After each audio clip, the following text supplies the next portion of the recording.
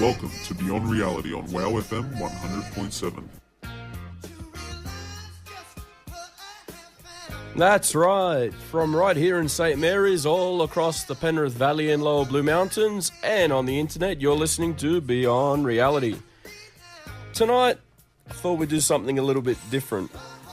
Thought we'd talk a little bit about witchcraft. And what better way to get some information than from a real witch? So that's what we're going to have on the program tonight. So get yourself comfortable, sit back, relax, and get ready to take a trip beyond reality.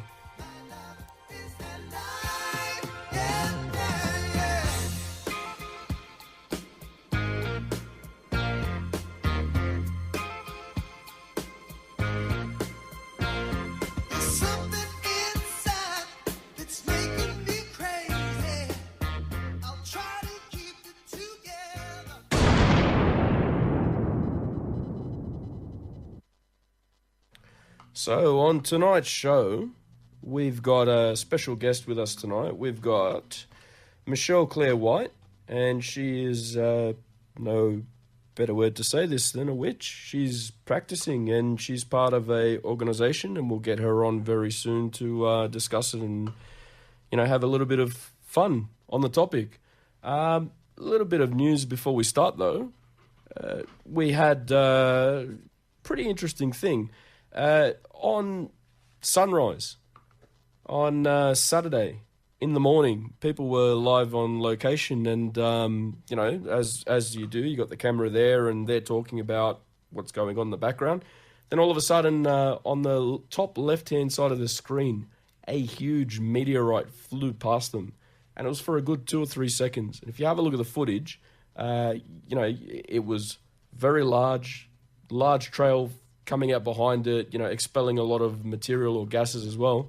And it was good timing to be caught, So if you want to have a look at it, it's really interesting. Go to our Facebook page, which, you go to Facebook, go to the search bar, punch in Beyond Reality 100.7. It'll take you to our page and you can have a look at it. Really interesting to see. Let's see if we have our guest on the line. Michelle, are you there? I am here. How you going? Fantastic. Good. Yourself? Yeah. Just chilling out at home. Great to have you on the show. Thank you so much, and thanks for having me. Not a problem. So we'll start off with basically, I understand you're part of the Pagan Awareness Network. Can you tell us a bit about the group, the goals, what you guys do, so forth? Okay. Brief overview? But that's a really good starting point. So I've been in the Pagan Awareness Network for, this would be my 3rd year going on, but the organisation's been around for, we're getting to 20 years next year. Next year, in March, we'll be celebrating our 20th full moon anniversary down at the hill at the Big Seven Hills Mound. Mm-hmm. So taking us back, 1997 is when the organisation first started. Where we really started from is our current president, who's been the driving force behind our work, David Garland. He was part of the Pagan Awareness Network from the very beginning. Mm-hmm. So they started off from a group called the Witches League for Public Awareness, which was over in Salem, Massachusetts, in the States. And they basically withdrew some of their, their regional people. And so David was like, all right, we need some representation here in Australia. Let's keep this going. And from that emerged the Pagan Awareness Network as we know it today. So our aims really are to promote education and awareness for pagans right across Australia. Under our umbrella, we reach out to not only the general public, that's our main kind of audience, but our members are comprised of a variety of different religious traditions, anything from witches to pagans more broadly, let's say druids, shamans, heathens, a whole bunch of different people. Does that kind of answer your question, or do you want me to go into a little bit more depth? No, that's really good. Can you go into a little bit of detail about what each of them are? So like a Wiccan and Druidism and so forth, sure. just for the people that, aren't aware of and don't have an idea and don't know, how to differentiate and so forth. Yeah, sure. So Wicca, just broadly, is a religious tradition that emerged from Gerald Gardner in the late 1940s to early 1950s. Some people in that tradition would say that the roots of that tradition go much further back. But from the historical research that's been done by academics, we can show quite clearly that it is a tradition that dates from the late 1940s to the early 1950s. So Wicca as a tradition is based on the reverence, as most pagan religions are, in fact all. It's based on the worship of the god and the goddess, the moon goddess in particular, the earth mother. Generally, Wiccans will see the goddess manifested as the maiden, the young one, the urge to be, she who is the first crescent of the moon, she who is the archer, she who is the young woman blossoming, and then we've got the mother. So the mother is, as the title suggests, it's the great mother who gives birth to us. She's the earth herself. She's the moon shining in the full sky in its bright brilliance and fullness. And then we have the crone, who is the old one, the wise one. She is the aspect of the goddess that is, how do I put it? She's like the destroyer.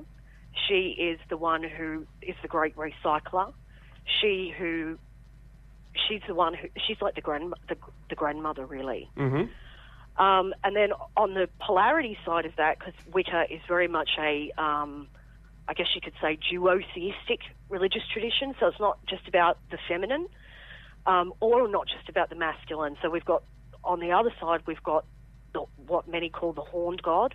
Yep. And in a similar way, he can be kind of broken down into kind of three phases. Some will say 3, some will say 5. And he's sort of, seen as the young one, the warrior one, the strong one. Then we'll have the father god, who is, represented in a variety of different ways, but he's the strong father who kind of complements the mother. And then we've got the grandfather, the wise man, the sage, the Merlin type energy. So within Wicca, you kind of get those two polarities of the divine feminine and the divine masculine. That's probably a nice little cap on Wicca, but all of the different traditions share an understanding of nature as sacred. Nature as sacred as manifested through the cycles of the seasons, the tides, and it's celebrated in particular in Wicca as an example through the wheel of the year. So there's generally 8 Sabbats, which cycle through the year. Yep. And then we've also got the Esbats, which are the 13 moon celebrations. So it's probably a little bit of a good kind of cap on what Wicca is about.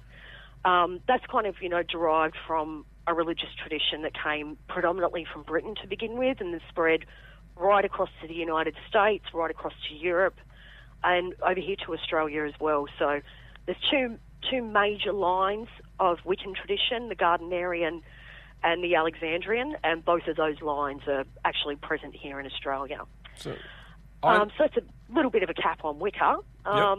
What were you going to say? Go ahead. I understand that, one of Wicca's core beliefs is taking responsibility for one's own actions. Can you tell us a bit about the Wiccan read code and the law of threefold return? Yeah, look, I'm not a Wiccan myself, so I can only kind of give my own personal opinion. The threefold law of return, or that kind of ethical framework, is really, it can be kind of compared to karma, I guess, in a way, is an analogy that a lot of people use. And it can really be summed up in what you do returns to you threefold. So it's designed as an ethical framework to allow people to acknowledge that if you put out good energy in the universe, that will come back to you threefold in return. On the other side of it, if you put out negative energy into the universe, whether that be with your thoughts, your actions, your words, your deeds, your spell work, your craft, whatever that might be, in turn those negative actions will return to you as well. So it really makes practitioners spell work, craft work, or ritual of any kind, as well as their day-to-day actions. It gives you like a real good ethical framework to think about things, you know, and you can think about it from a biblical point of view too, I suppose. That old saying, you know, you will reap what you sow. So if you sow good seed, you will get bring it back, yeah. good things. So how far back do most of these practices date? Oh, well, look, the thing about paganism in general is that the real core of it is that they're all inspired by prehistoric, ancient, medieval practices. So look, it really depends on what kind of evidence that you're using. When we look at written evidence, for example, a lot of pagans will use folk customs from the medieval period to base their beliefs on, with the understanding and the knowledge that that historical research possibly, and I say possibly, may show pre-Christian undertones. Mm-hmm. When we go back into the ancient world, we have a lot fewer texts, so we're relying more so on archaeological evidence. And archaeological evidence is so speculative, you know, anything that is not directly, that cannot be explained, is usually labelled by archaeologists to be a ritual object or a religious object. So people can kind of go back to those kind of types of evidence to say, okay, we can look at, say, ancient Greece as a really good example, or we can look at ancient Rome as another example, Yep. or we could look at ancient artifacts from, you know, from Malta, going back even further to sort of prehistoric kind of material. And we can use that as ways to speculate about how our practices can be constructed. Mm-hmm. So most pagans, I shouldn't say most pagans, but I guess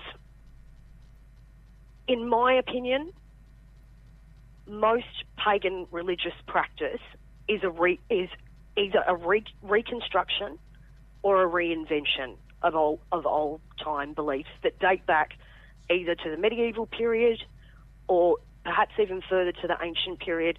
And then when we get back to prehistoric evidence, that's really, really difficult for us to say, okay, our beliefs and practices descend from that period. So with, you know, you cannot say anything with any certainty, which is why I say that it's a reconstruction or perhaps even a full reinvention based on the spirit of the evidence that is put before us. Does that make sense? Yeah, it does. Yeah. Honestly, it makes a lot of sense to me. All right, so you were saying before the break, you know, you're not a Wiccan. So what, you know, what's your background then? What's your belief? My belief? Okay. I'm influenced by a couple of different strains of modern witchcraft practice. Mm-hmm. The group that I work with, we call the practice that we're evolving chaoscraft. Okay. So I say that in a way to encapsulate the eclectic kind of focus, and eclecticism doesn't really kind of give you the full scope of it, but I guess a really good way of explaining it would be touching on what I said a little bit before. We draw on a number of different strains in my personal practice. So I draw on Thelema, which is a tradition from ceremonial magic and Aleister Crowley, and based as an offshoot of the Golden Dawn. Mm-hmm. Some ceremonial magical practice as well, influenced by the Golden Dawn, Kabbalah. We also draw on chaos magic. Let's see, what else? What is chaos magic for you know, the people that aren't in the know? Well, it's a fascinating topic that we could spend absolute hours and hours talking about. And by no means I'm not an expert. I've got a good friend of mine who's actually completing his research, his thesis on it at the moment at the University of Sydney. Mm-hmm. But chaos magic is essentially an approach that emerged, I think, in the 1970s, which was kind of like a little bit of a backlash to the more structured, formulaic, ceremonial styles of magic that had been practiced in the late 19th century and the early 20th century. Okay. And it's highly syncretic. It encourages its participants or its magicians or its, you know, chaos workers or chaotes as they can be sometimes called, to freely use any religious tradition that or symbol or myth or working or practical means to achieve their magical ends. So chaos magicians will draw from everything from, witchcraft, voodoo, ceremonial magic, druidry, a whole bunch of different magical traditions that have spanned throughout history and time based on what their current needs are and what their current aims are. Mm-hmm. So it's a very highly syncretic, reactionary tradition that kind of does what it wants when it wants. It's highly utilitarian. It just works to achieve its ends by whatever means is available to them, basically. So how many people do you think there are in Australia that, hold some form of pagan belief? Okay. Roughly. Let me see. That's a good question. I was checking up on this recently, and, obviously our last census, there were some issues with our last census, and the data's not even out yet. Yep. But the last stuff that we've got some good evidence for is from back in 2011. So at that point, paganism kind of comes under nature religions. Mm-hmm. And there was a count of about 30,000. Yeah, 30,000. But we definitely believe that number to be larger.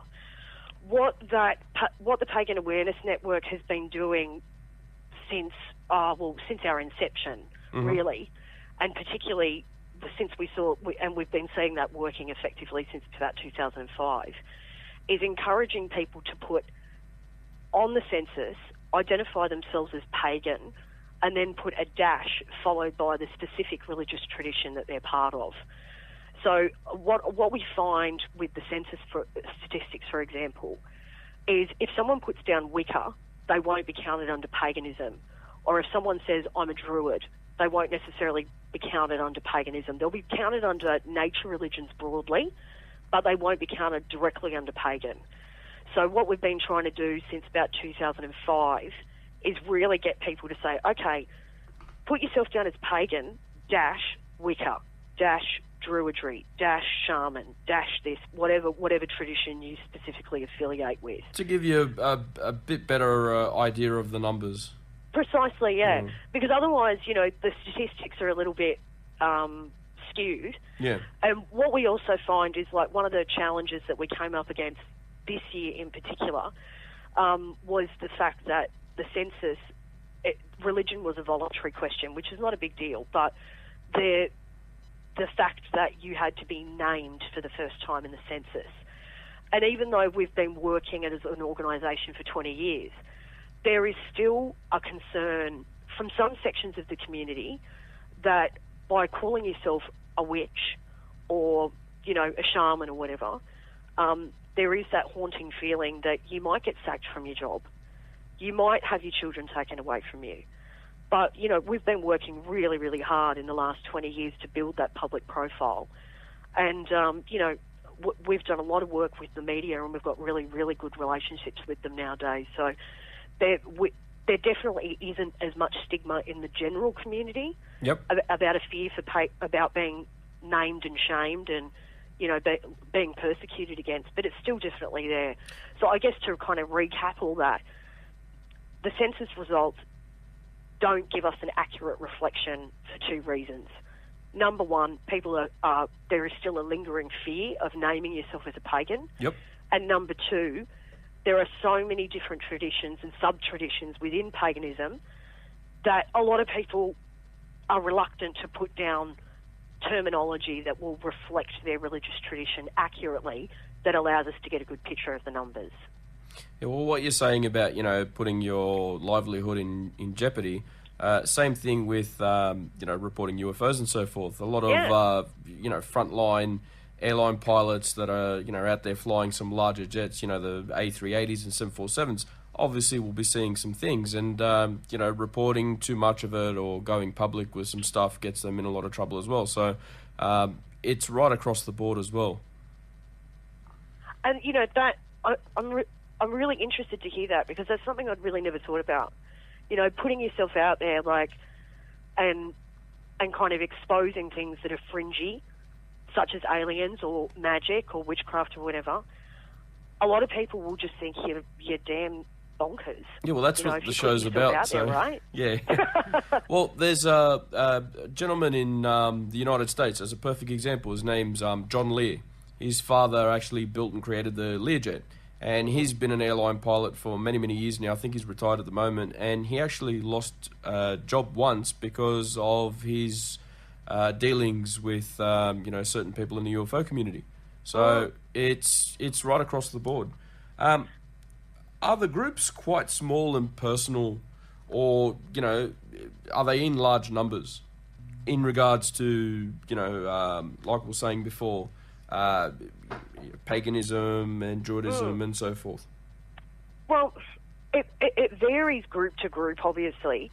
Some, I guess, one of the bigger groups that I'm personally aware of that has got a fairly large reach is probably the Reclaiming Witchcraft tradition. However, what generally happens, and I could use Reclaiming as a little bit of an example. Within Reclaiming Witchcraft as an overall broad tradition, and within Wicca or Druidry or, heathen groups, there will be localised versions of that particular group. Those groups can range from anywhere from 2 people right up to 20, 30, 50 people, really. It varies so much, and it's difficult to kind of put a number and say, okay, this is the typical size of any given group. The group I work with, say, for example, the Circle of the Crossroads, we're 7 people, and we've been working together for 5 years. So, other groups, there's Applegrove in Sydney, there used to be Newart's Vale, Coven, that they range in size, and the group sizes fluctuate all the time. Okay. So the idea, it's said historically and traditionally that the ideal size for a witch's coven is about 13 people. Mm-hmm.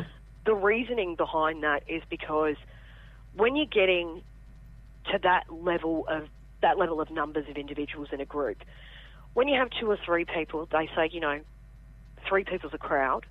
So you start to get above 3, 4, 5, 6, keep going up.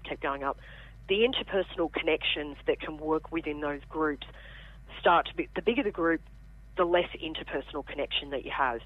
So ideally, a coven, a grove, a circle, any kind of magical group is some sort of a family network. And just like any family, that can range from a small-sized family to something really big. So yeah, it's really hard to pin it down and say, here's a general number, because honestly, they go from 2 to 100 is probably a good scope, I suppose. I've got a question from a listener at the moment, and the question is black magic not tolerated amongst the pagan network? That is a really interesting question. Generally, the Pagan Awareness Network, I wouldn't use the word tolerated. PAN is not the pagan police. Mm-hmm. So we don't actively work as a religious body. We're an educational and awareness body.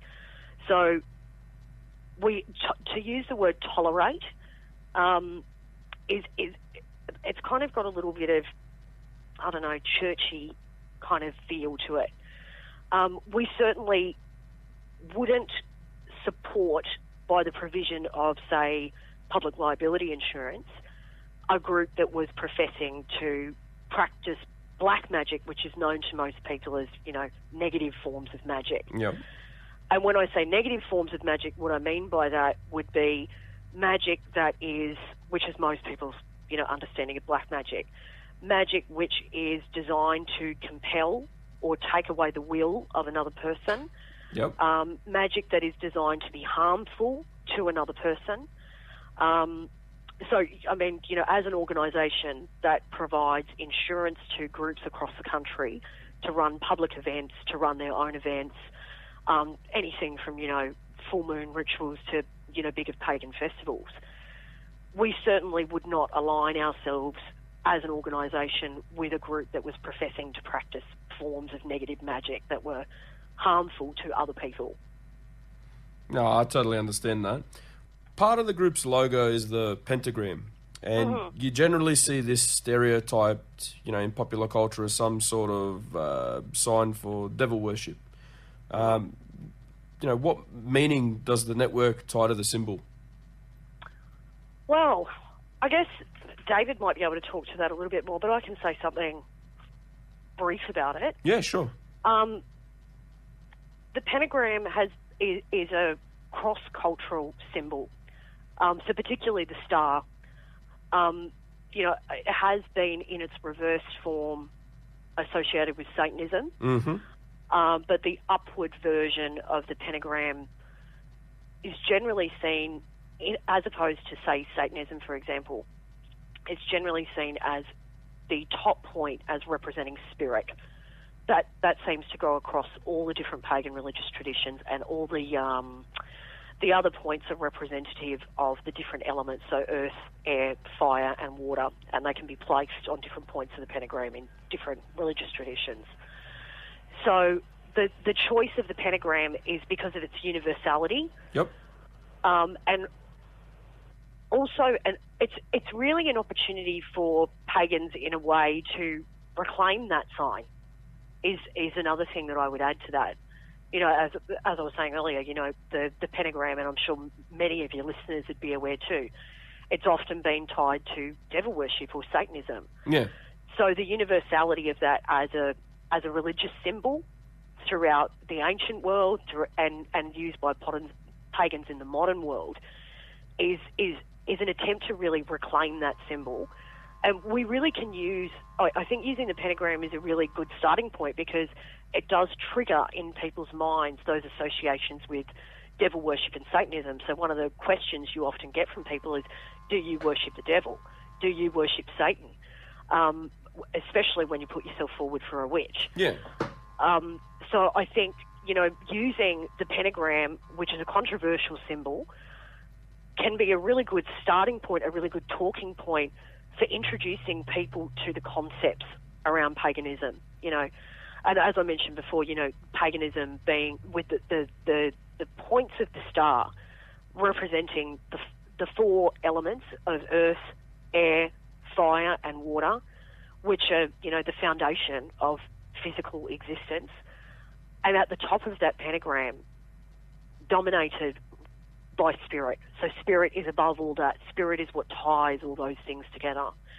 So I guess it's been consciously taken on as a way to start that conversation, remove some of the stereotypes that are around the pentagram, and really, get people asking questions, dispel the stereotypes that actually aren't true for a lot of pagans.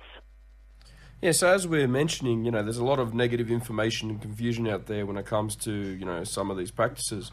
Have you got any advice for people who are just beginning to read and dabble in, the paganistic craft? Advice? Mm-hmm. Jump onto our website, read our pamphlets. That is a really good starting point. But even, I'm not going to sit here and recommend books. Yeah. Jump onto our website. We've got a whole bunch of different pamphlets that will give you some strategies, that will give you some awareness of what you might be out there facing in the community. So a really good example of that is we've got a pamphlet which is called Safety in the Circle. That pamphlet gives you a little bit of a guideline about how, even when you're in a ritual group, despite what the group is, your boundaries deserve to be respected and honoured. So if you go to a magical group and that group wants you to do something that you're not comfortable with, pamphlets like that will give you the awareness that perhaps that group is uncomfortable is probably not the right wording, but if that group's getting you to do something that is illegal, that forces you to step beyond your personal boundaries, that you're not giving your full informed consent to, then there might be something maybe a little bit dodgy about the group. So it helps, those kind of pamphlets can help you keep your eyes peeled and help you to kind of get an awareness of what you can expect. Another good pamphlet that we've got that kind of is a pretty good example is about skyclad practices. So skyclad is the witch's term for going naked in ritual circle, which is a practice in some traditions.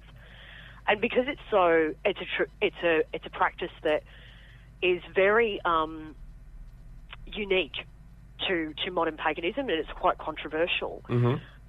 It can, reading that kind of a pamphlet can kind of give people an understanding of what they're going to expect when they go to a ritual circle.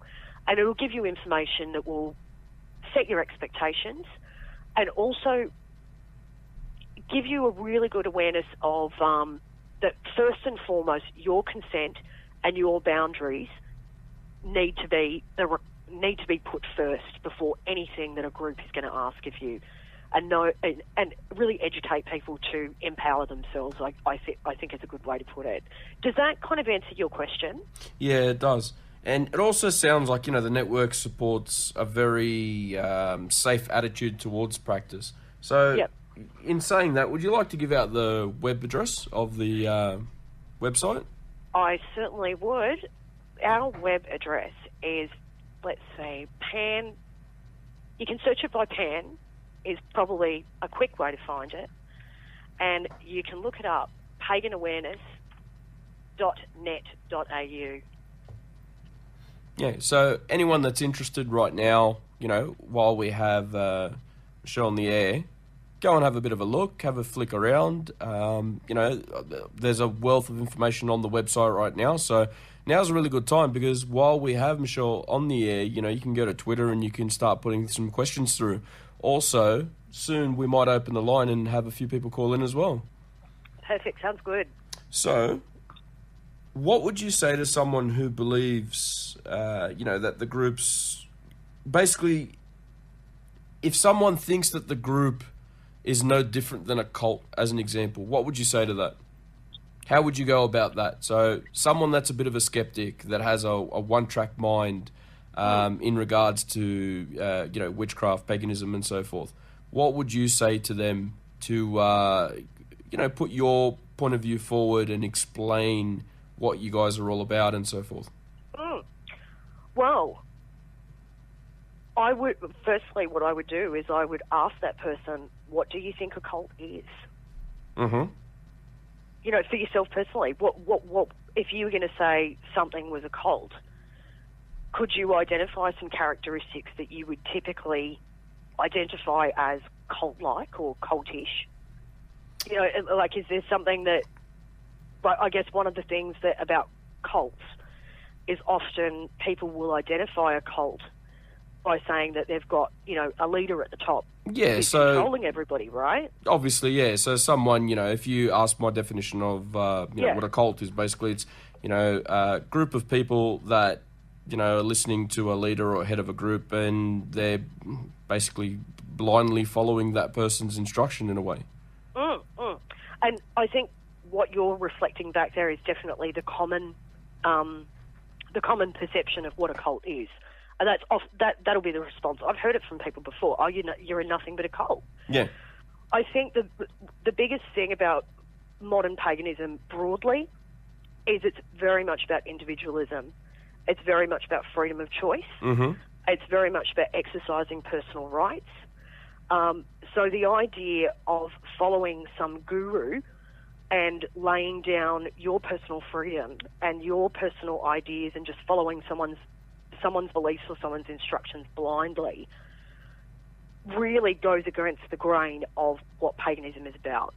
So that would be my first kind of starting point for having a conversation with someone. Yeah, sort of leans towards slavery in a bit of a way, doesn't it? Yeah.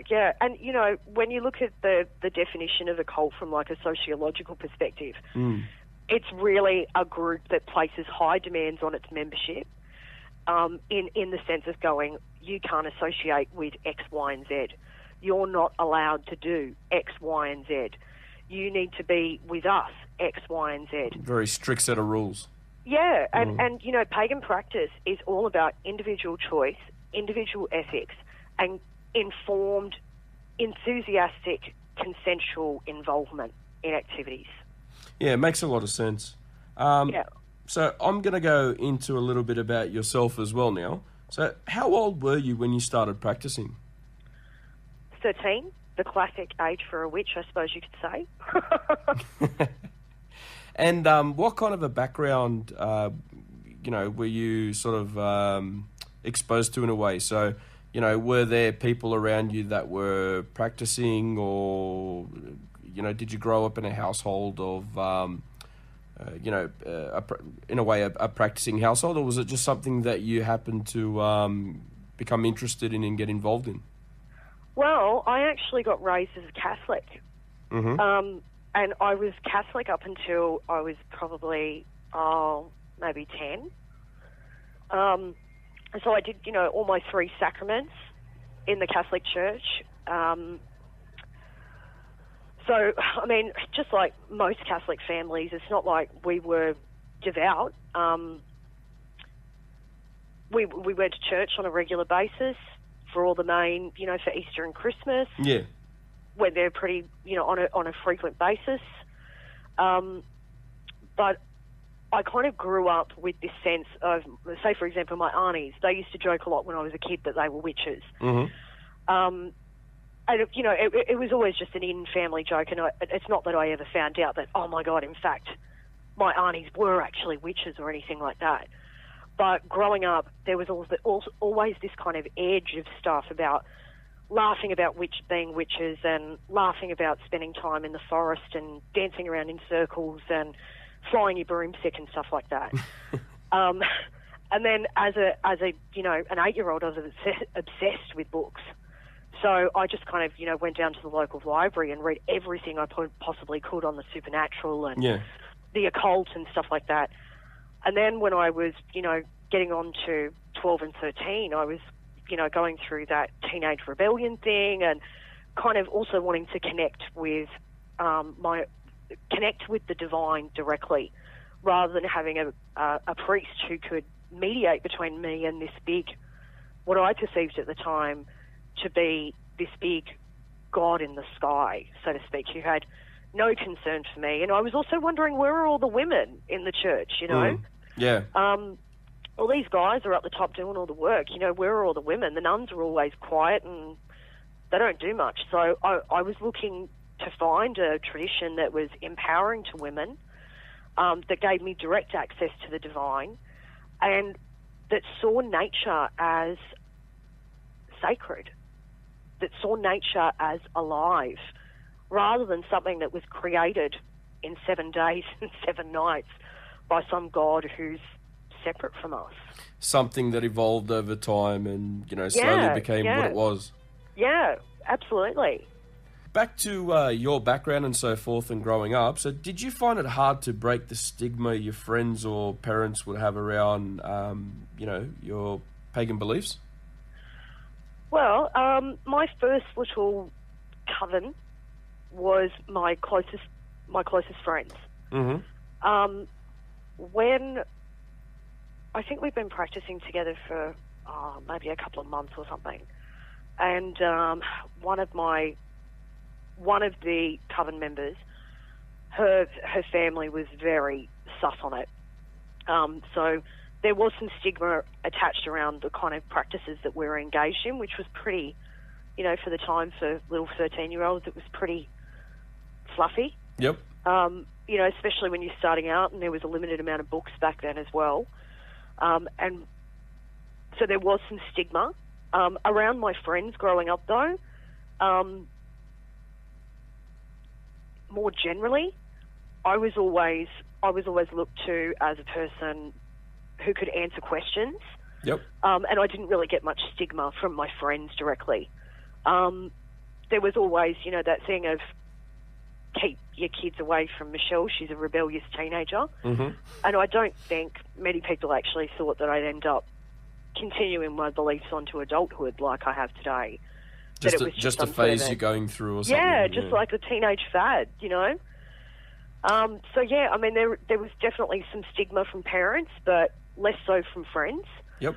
Pan would like to had some education programs running in the future. That's something that we were talking about at the AGM. Yep. As our sort of part of our future direction. We'd love to be, offering educational programs for schools, as well as, a lot of religious studies programs nowadays, say in, year 11 and 12, touch on paganism as a religious tradition. And, you know, universities as well are offering courses on the academic approach to the study of paganism, magic, the New Age and the supernatural nowadays. So there's a lot more information available now than there was, you know, when you were getting into it. Oh, absolutely. And there's a lot, I think because of the mainstream media that Pan has worked with and so many other pagans across the world have worked with to build relationships over the years. There's still obviously, you know, the odd newspaper report that kind of will put something out there and say, oh, this is an act of black magic, this person was trying to sacrifice their child or something like that. But that's kind of where our job comes in as an organisation. To really get on top of that stuff, we follow Google alerts so that we know when stuff comes out in the media, and we usually have a 48-hour response period. So we'll contact that media organisation and we will point out the misconceptions. And we've had great success. Generally, what will end up happening is the media organisation will end up amending their report as a result. So there's definitely more information about out there nowadays. And a lot of people seem to know what Wicca is from, you know, from the telly, from movies, from popular culture. Yeah. About witchcraft being a tradition that is, you know, connected with the cycles of nature, rather than sacrificing children and worshipping the devil. And I think access to the internet's given kids and up-and-coming Wicca a better and safer view of it. Absolutely, yeah. And that's really, you know, access to information, access to education, the ability to inform yourself makes an incredible difference. It makes my job as the media officer pretty easy, to be honest. So how did you come to learn the proper practices? Because as you were saying before, you know, you'd go down to the library and try and read everything, but you also said there was very limited resources available to you. So how did you come about learning it? Yeah, look, in my own practice, there's no such thing as proper practice. Okay. There, you know, various different different traditions within the craft, in particular, will say, you need to do it this way, you need to do it that way. A good example might be about proper practice. There is constant debate amongst pagans, amongst witches, about the way that you create a sacred space, for example. The directions and their magical or elemental attributions. And we face an interesting conflict here in the Southern Hemisphere because so many of the books are written from a Northern Hemisphere perspective. Mm-hmm. When you get down here in the Southern Hemisphere, the traditional wheel of the year, as it's called, or the Sabbath cycle of the witches, is turned on its head. So coming up, like in the near future, pagans up in the Northern Hemisphere, they're celebrating Yule, which is the winter solstice. Yep. Down here, we're celebrating the summer solstice, the longest day of the year. So up in the north, they're celebrating, because of, you know, the differences between the Northern Hemisphere and the Southern Hemisphere, what's going on between those two hemispheres is kind of turned on its head. So there's constant debate about, you know, do you practice Northern style? Do you follow the Northern wheel of the year, where the year kind of starts from the winter solstice, starting in December? Or do you follow the Southern wheel of the year, where you might place the start of the year at, if we use Yule as a reference point, for us, Yule actually falls in June, in winter. So, you know, that's one area of kind of contention that points out that there's a lot of debate, there's a lot of individualisation. So really there's very little to speak of in terms of proper practice. And on top of that, there's no officiating religious bodies or organisations that will come down on you and say, you're not doing this the right way. Mm. You're not doing this the proper way. You're an apostate. You're not doing this right. You're not part of our tradition. Very much, all pagans will find their own way of doing things, and their own way of making those things meaningful, and that's really part of the pagan path. Yeah, no, I understand that. You know, trying to make it in a way personal to you, a ritual for yourself, because you know, we all do a whole bunch of things that you know, even simple things that we sort of make ritualistic in a way, because it is self-soothing and self-healing in a way, you know. Myself, I have hobbies, and, you know, I do them in a particular manner, and, you know, it's not something that if you do it the wrong way, it's the code and you've broken it and so forth. So it's something that's very personal and unique to each person. I've got another question from a listener, and basically, what got you interested in paganism? Well, the background that I mentioned before, you know, an early young fascination with the supernatural, the occult, and believe it or not, I'm always kind of a little bit funny about admitting this, but what got me introduced to witchcraft, in particular as a modern tradition, was The Craft, the movie, back in 1997. Okay, yeah. So once I saw that movie, I was like, wow, this is something I'm really interested in. I'm going to go and look into it. And back in the day, I was living out at Penrith. Yep. And there was a little, you know, one of those little New Age crystal bookshops down there. Yep. So I went in the shop and I said, you know, I've just watched this movie. I'm really interested in Wicca. Can you tell me a little bit more about it? Yep. And they started giving me a reading list, and I'd finish off my one little book, and then I'd go back and, you know, as a teenager, I was getting, you know, $20 pocket money a fortnight or something. So I saved up my little $20 for fortnight upon fortnight, and I got my own little cauldron, and, you know, gradually gathered a few different bits and pieces and bought more books and learned more and more and more. So, you know, initially it was my exposure to popular culture that got me into witchcraft. And then from there, it's just been personal exploration. That's fantastic. So, can you explain to the listeners what a spell is and how they generally work? What an interesting question. Yeah, I like that one. You're getting really to the core of, you know, the witch's craft. So, a spell is an act of actualized, potent potential that is released onto the world for one's desires.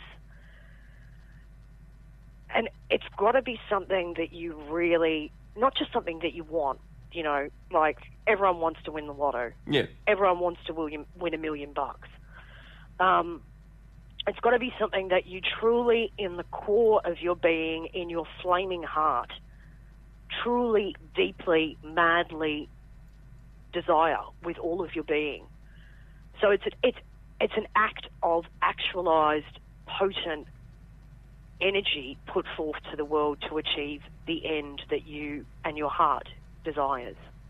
So it sounds like it takes a lot of concentration and energy. Does casting a spell cost anything? Like, does it take a toll on the person that's casting the spell? Oh, look, you know, witches generally will, like in my own personal practice and just generally speaking, witches draw not only on their own personal power that runs energetically through their own bodies, but one of our core practices that we use to fuel our magic is our connection with earth and the cycles of nature. So the absolute first thing that most witches will do, and I myself in my own personal practice before you cast any spell, before you do any kind of a ritual, is you want to tap in to the earth that is below you. The earth is an abundant source of energy, and, you know, at the core of the earth, we have this giant, molten, liquid ball of energy, the heart of the earth, and it's almost like a star contained within the earth itself when you view it from that poetic kind of perspective. Yep. You send down your energetic cord or your energetic roots, and you can do that through visualization, through connecting with the earth itself, by standing on the ground, and you draw up, you link up with that earth energy, the earth that is our mother, and you draw that energy into your own body. So the second thing that you'll do when you want to practice magic is, because magic is not only about the earth, it's about the sky, it's about the entirety of the cosmos, right? Mm-hmm. So we will often also, in my own personal practice, we will form what's called the axis mundi. So the axis mundi reaches down to the core of the earth, right up into the highest of the heavens. So we'll connect with the sky that is above us. We'll connect with those great objects that are constellating through our cosmos. So, we'll connect with the energy of the sun, depending on what type of magic we're doing. We'll connect on the energy of the moon, depending on what kind of magic we're doing. We'll connect with the energy of the stars, which are, they're again, abundant sources of energy. And we'll use those energy points as a conduit. So not only using your own personal power that you've got, within your own body, within your own physical body, within your own energetic body, we draw on those natural forces to be able to fuel our magical power being released. So in that sense, when you're doing magical work, that abundant source of energy is tapped through your connection with the cosmos, through your connection with earth and sky, with the Axis Mundi. When people will cast spells, there can be, or do rituals of some kind, there can be a sense of physical exhaustion that comes with the expenditure of that energy, even when you're working effectively with that conduit or, that Axis Mundi energy that's linked you up to earth and sky.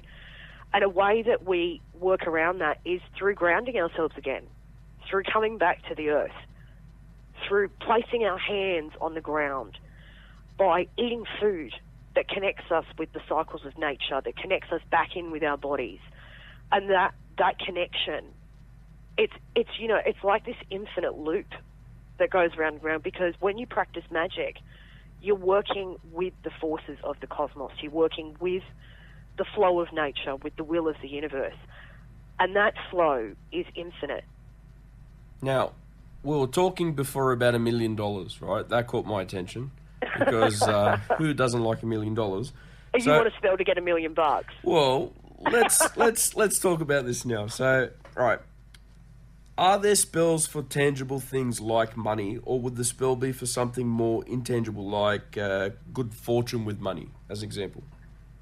Look, that is, spellcraft can go, spell weaving, spell work, the witch's craft can go from anything from the most practical to the most ethereal. So one of the definitions of magic that is drawn upon really quite commonly is magic is the art of causing change in conformity with one's will.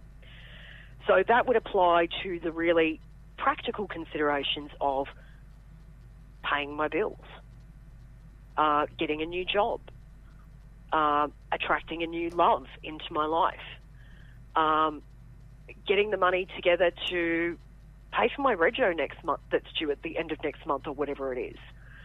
So it ranges from that really practical. And then another definition of magic that is just a slight little tweak is that magic is the art and craft of causing changes in consciousness according to one's will. So changes in consciousness, what I mean by that, and like kind of going on that ethereal thing, is magic is the art of reconciling opposites. Magic is the art of digging deep into the unconscious self, of facing those shadow aspects of ourself that we really don't want to look at in order to be whole, complete, empowered individuals who can do our will and live our lives' purpose. So does that answer your question in terms of, does magic answer both practical and kind of more, I don't know what the word you use, but more kind of ethereal kind of concerns? Or yeah, it does. And also for the listeners, we had to ask the question about money because, who doesn't like $1 million as well? Absolutely. Are spells, when you use it for personal gain, is that frowned upon? When you use spellcraft for personal gain, for my own personal practice, absolutely not. The reason I say that is because we all need to eat. We all need to have a roof over our head. What needs to be brought into mind, and as I said before, I'm not a Wiccan, so I don't agree, not agree, that's not the right word, but I don't follow, this threefold law of return, that what you do comes back to you, to the law of the letter. Yep. Some people within witchcraft may frown upon spells for personal gain. and say that, you should only be using it for the uses of transforming your consciousness. But for my own personal practice, I need to eat. I read tarot for a living. Some witches I know cast spells for money. They will work as a spirit worker, as a diviner. They will do clearings on people's homes. They will do spells to attract new lovers into people's lives. They will do spells to get rid of people from people's lives who are being destructive or antagonistic or perhaps even dangerous. So definitely there's some people within paganism who would frown on that, but for my own personal practice, do what thou wilt with the whole of the law. Is there, we're talking a little bit before about, the darker side of magic. So obviously there would be spells where, if you didn't like someone as an example, maybe you could slip something in there. In terms of, what's my own personal take on that? Yeah. Look, I think firstly, magic doesn't achieve its ends on their own. Yep. So, for example, right, if I cast a spell to go and get a job is not going to necessarily just land in my lap. Or if I cast a spell to get money to pay my bills, I'm not going to get money in the post to help me pay my bills. So our recourse should be to practical ends in the first place. So if someone was harming me, I would have no bones about defending myself with all means possible. That would include practical and magical, just to give you two kind of areas. So from a practical point of view, if someone is going to rob my house or if someone is threatening my immediate safety, perhaps doing a magical spell is not the most effective way of defending myself from harm from another person who's going to directly harm me in the immediate present moment. Perhaps calling the police might be a better option. But, there's certainly magical measures that one can take to protect oneself from harm, protection spells. If my safety was being consistently threatened by another individual, there are binding spells that you can do to limit the harm of that person against you. Yep. And, we always need to have recourse to the practical means of self-defence, the turning to the authorities such as the police, and ensuring our own personal safety through practical measures. Magic is a backup. Magic is a support function. Yeah. And what can you use to assist you as well? So, like, for example, if you were looking to protect yourself through magic, right? So if someone's sort of cast a bit of a ugly spell or something, and you can feel that that it has happened and so forth, what can you do and what can you use, even in your house, just around yourself, in your room as an example, to help assist in protecting yourself? Oh, well, witchcraft is a tradition that is based on practicalities, right? So this might come as a little bit of surprise, but also a little bit of a known thing. Garlic is a common protective item that people can use that's traditionally associated with protection from negative forces. There's a confirmed myth. What was that? Is it a confirmed myth? No, I'm saying there's a confirmed myth because, you see it a lot in movies and so forth, and people wearing big cloves of garlic and all that. And it's nice to finally have, one of those myths actually confirmed, which... Well, garlic as an example is a practice that you can do is put garlic above your, above your door frames. Mm-hmm. Garlic is associated in my practice with Hecate, who's the queen of one of the queens of the witches. She's from Greek mythology. Yep. So garlic above your doorway. The good old witch's broomstick above your doorway is another great protective device. Mm-hmm. Talismans are another great example. A talisman, for people who don't know what it is basically a symbol that is in different colours using different oils or different inks that are associated with protection, that can either be worn on the body or can be used in the house to protect the house. A sigil is another example. Sigils and talismans are similar in many respects, But a sigil is basically, in chaos magic as an example, is formed from, say you might put together a statement that says, this house will be protected. So it's important that it's in the present tense. You then use all the letters of that word to create a artistic symbol that represents your intention, and then you might bury that out the front of your house to protect your home. You might wear that on your body to protect your body from harm. So they're just, a couple of examples. Most of the herbs that you've got sitting on your shelf for cooking, you look them up in old grimoires and old witches' handbooks and things like that, and modern books, and you'll find that a lot of them can be used for all the practical stuff, from protection to love to drawing in wealth, to increasing your personal power to getting a job. Witch's trade is to use what is around you and what works. You mentioned before about colours as well. What colours represent what? Well, that's a really interesting question, because that varies so much from a personal point of view. Okay. So say, for example, for one witch, the colour red may represent love. Another witch might say the colour that's represented by the force of love is pink. Another might say it's blue. Another might say that it's black. It really all comes down to personal perspective, which again can change over time. What about your personal perspective then? Give me an example of what you want to know in terms of, say, what are you looking for? Okay, so love as an example. Love. At this point in time, I would probably use red.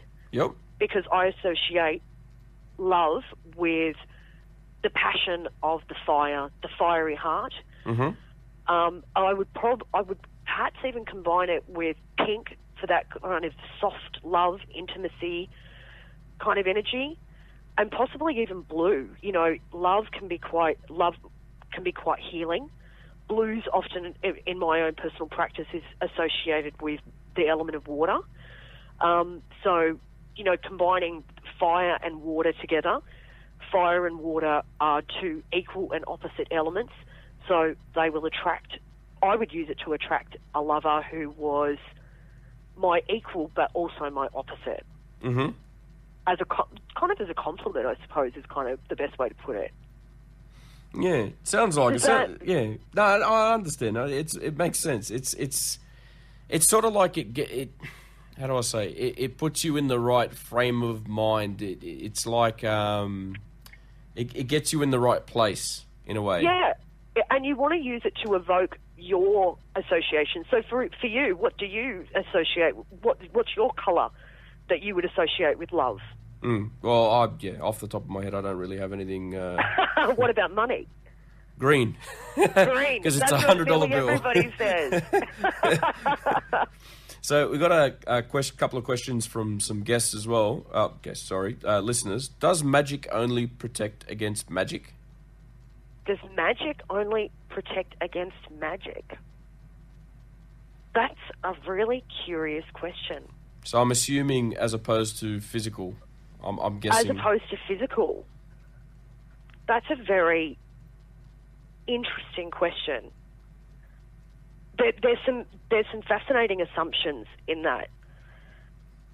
Say, for example, that to me seems like it's assuming that magical workers are involved in some strange war of some sort of witch war. You know what I mean? Like that one magical worker will throw negative energy at another magical worker, kind of like Harry Potter-esque style. Yeah, it's starting to sound like a movie, isn't it? It does. Look, magic is much more practical than that. So, and depending on the practitioner, I would say no. Magic works both against other magical workers, although I can't say that I've been ever involved in some weird witch war. But it can protect you against other people as well. Well, we're going to go to... That are not necessarily witches. Oh, okay. So who, as an example, what do you mean? Oh, your ex-boyfriend? Now it's getting interesting. If I was desperately in love with someone in particular, and I was a beginner practitioner, what means could I take or what could I do to turn the tide in my direction, so to speak? to turn the tide in your direction. So to attract the sensual gaze of your beloved one. There we go. Yeah, to get their arrows kind of pointing at you rather than you being the pursuer. Yeah, just to better your chances a bit. Let's put it that way. Yeah, okay. Look, there would be a myriad of techniques. What kind of springs to mind for me at the moment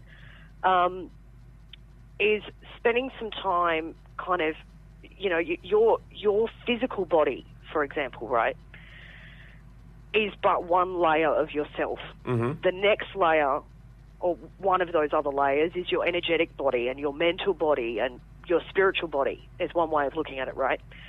So you can work on all those different layers of yourself to attract said lover and their attention. That could be one way of doing it, right? So, you know, focusing on the physical aspect. Mm-hmm. You want to make sure you're well-groomed, make sure you're well-dressed, or if they're a grunger or a punk, maybe not so well-dressed. Maybe a bit, you know, grungy, and depending on what they're into. You know, you'd want to do something, you'd want to attract their attention, their eyes to you based on, you know, your physical body. That could be one starting point. Having a shower always works too. Yeah, that definitely helps, you know, definitely. Next thing, and you know, you might even find out what kind of smell they like. Talk to them, you know, start conversations with them. Smell is such a primal kind of thing. On your next level, and that's like a practical concern, right? Then when we're thinking about the more magical stuff, you could do things with your mental self that kind of like, I guess one way of putting it would be affirmations. I draw love to me. I draw the gaze of the one I desire to me, if they should so choose. So, you know, depending on your take on magic, you can kind of load in this kind of if they so choose. So you're not manipulating the will of that person. You're simply, you know, kind of trying to get their head to turn in your direction, to notice you a little bit more. So it's all there to help you, but bottom line, they also have to feel that way too. Absolutely. You know, you can't force another person to love you or be attracted to you. And love is about chemistry, you know, between two individuals. So, you know, giving it that little extra kick certainly doesn't hurt. And so on a mental level, you can kind of assume this attitude of, I am attractive. Do an affirmation. So, I am attractive. I am beautiful. I am lovable. I am, you know, seductive, wonderful, beautiful, all that kind of stuff. So you're assuming on this mental level, and you could say that as a chant, for example, to kind of get yourself in a magical mindset. Then on an energetic level, you know, you can think about your energy as, you know, this kind of sphere almost, or this web that kind of extends around you. You know, if you want to be really Harry Potter-esque about it, you know, and use your visualization skills, really use your imagination, which is really the core of what magic is. All the herbs, the candles, all that other kind of stuff, they're just tools. So the real core of it is imagination, and on that energetic level, you could expand your aura to have an energy of love and attraction about you, so that person's gaze will be drawn to you. And you could do things as well, like acting as if that future outcome, which is what magic is all dependent on, acting as if that future outcome has already occurred.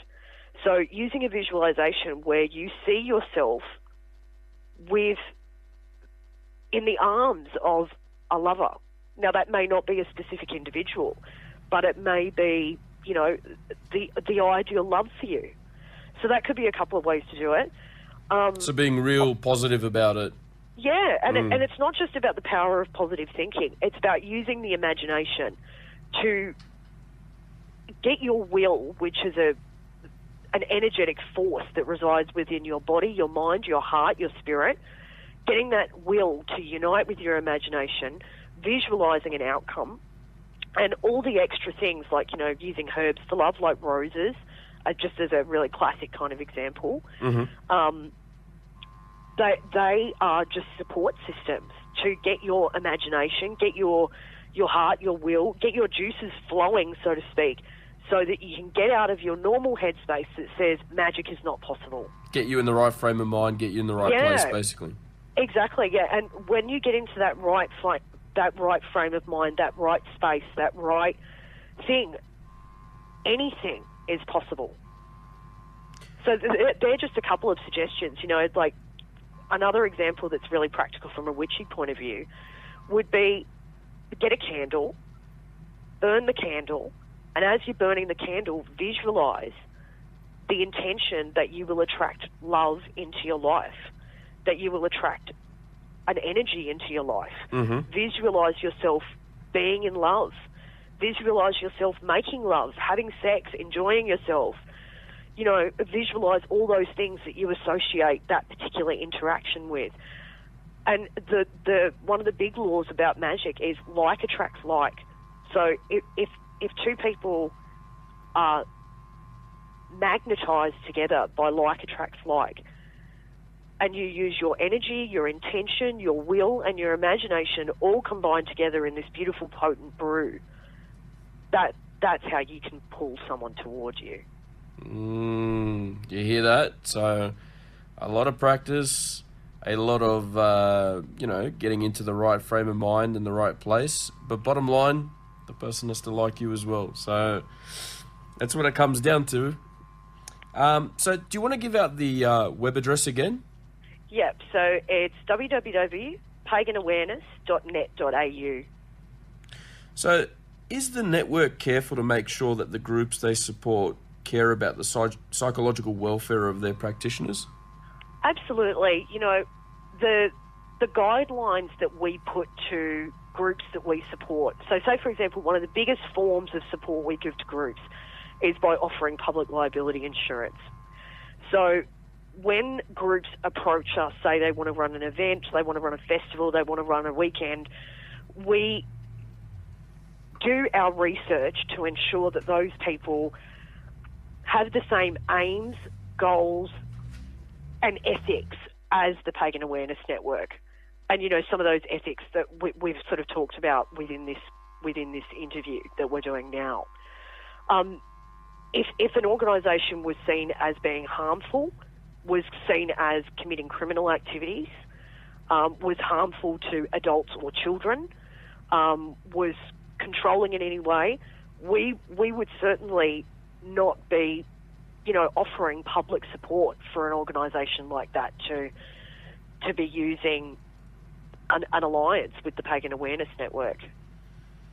So yeah, we're definitely very careful, and on top of that, the information that we offer on our website helps to educate groups as well as individuals joining groups, like I was talking about before, about what are the ethics around joining a group. Mm-hmm. So that kind of guards us, as well as educates the general population of pagans and the general public about what is safe, what is not safe, what you can expect, where you can draw your boundaries, all that kind of thing. So it's about education and awareness. And we're certainly not going to align ourselves with a group that's going to put us backwards in time in terms of, you know, witches being persecuted or pagans being persecuted or thrown out of their jobs or their windows being broken. Of course. So someone that, is listening to the program now and they're really interested, and want to get into the world of practicing, what would be your advice for them? Read and practice. In fact, reverse that. Practice and read. Okay. So practice, learn, read, learn, practice, read, learn. So just go through Bottom line, should they go to your website as well, have a look around, see what they can find, see what actually attracts them, and go from there? Yeah, look, it's a really great starting point. It'll give you some resources. It'll give you that basic education and awareness. On top of that, in the coming months, we're going to have recommendations on book lists and more extensive resources as we relaunch our website. You know, the internet's a wonderful place, but starting somewhere like our website can give you just some basic grounding in what you can expect. And that can act as a little bit of a benchmark. And if you've ever got questions, just email us. You know, we've got links on our website for contacting us, info@paganawareness.net.au. You can contact anybody in the committee who's happy to answer questions at any time. We've got a Facebook page that people can join where we're constantly kind of adding details about events that are right across Australia all throughout the year. Yeah, I mean, we're a great starting point. And yeah, as I said before, read, learn, keep reading, keep learning, keep practicing. Be prepared to make mistakes. Be prepared to not know everything. So you're saying with books, you know, read and so forth. Is there any books that, off the top of your head, that you would recommend to someone as a beginner? Let me think. Oh, look, a book that's probably a really good starting place is, let's see, there's actually an Aussie book that gives a bit of an overview. I'm literally right near my bookshelf, so I can kind of go over and have a look at the exact title. It's called Practicing the Witch's Craft, Real Magic Under a Southern Sky. Mm-hmm. It is by, the editor is Doug Ezzy, who's a academic in the sociology department down at University of Tasmania, I think, these days. And the book he's the editor, but it covers, you know, anything from what is a witch, stuff about feminist spirituality and witchcraft, sex and death, the magical universe. It's got a kind of, it's a good overview from pagan practitioners here in Australia. That's a really good starting point. It sounds like it covers a wide range of different topics within one umbrella, but you know, gives you a good overview of each part of it. Yeah, and particularly from a Southern Hemisphere perspective as well. Oh, okay, perfect, yeah. The other one that I'd probably recommend from a Southern Hemisphere point of view is, what's it called? Dancing the Wheel of the Year, which is by a lady down in South Australia. Here it is. Dancing the Sacred Wheel, A Journey Through the Southern Sabbats. She's coming at it from, her name is Frances Billinghurst. She's coming at it from a Southern Hemisphere witch from a Wiccan background, I think. Okay. But that kind of, it gives you some good starting points. Mm-hmm. And Jane Meredith, Rituals of Celebration. That's kind of another good one that gives you a really good Southern Hemisphere perspective. So it's Rituals of Celebration, honouring the seasons of life through the Wheel of the Year. There are probably some really good ones that are from specifically a Southern Hemisphere perspective that you can start with. Oh, okay, cool. Yeah. And one more I would suggest, Glynis Livingston, Pagan Cosmology. So that's also another good Southern Hemisphere text for people to start on and get a little bit of a grounding. Okay, well, that's the end of the program, and it was an absolute pleasure to have you on the show, Michelle, and we'd love to have you back on. Fabulous. Look forward to it. So at the end of the day, you get to have the honours of saying goodnight to Western Sydney.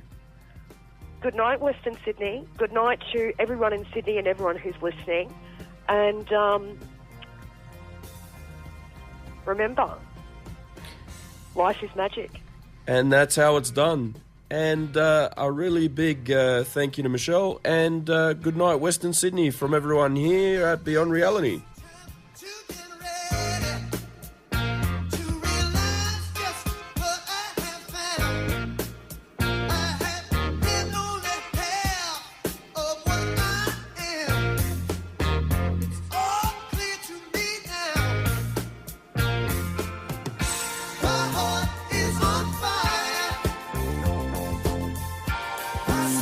Like a wheel that's turning.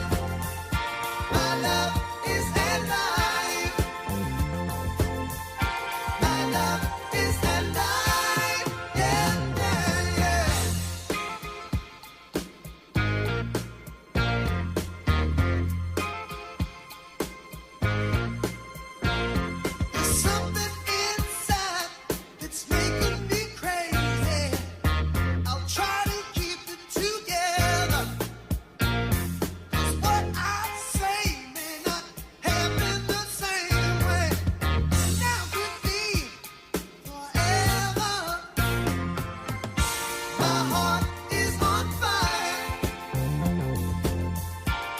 souls.